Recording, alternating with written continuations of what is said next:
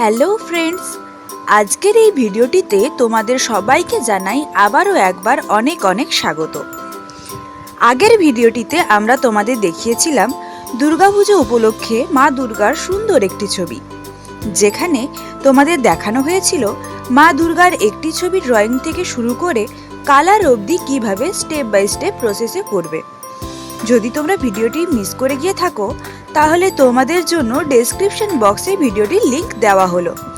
আজ তোমাদের জন্য আমরা করে দেখাবো একটি দুর্গাপুজো বিষয়ক কম্পোজিশন, যেটি শিখে তোমরা বিভিন্ন অঙ্কন প্রতিযোগিতার জন্য প্রস্তুতি নিতে পারো। তাহলে চলো আর বেশি দেরি না করে শুরু করা যাক। আমরা আগের থেকেই ছবিটির রাফটা বানিয়ে রেখেছিলাম যাতে ভিডিওটি খুব বড় না হয়ে যায়। এখন চলো সরাসরি ছবিটিকে ক্লিন করে নিই।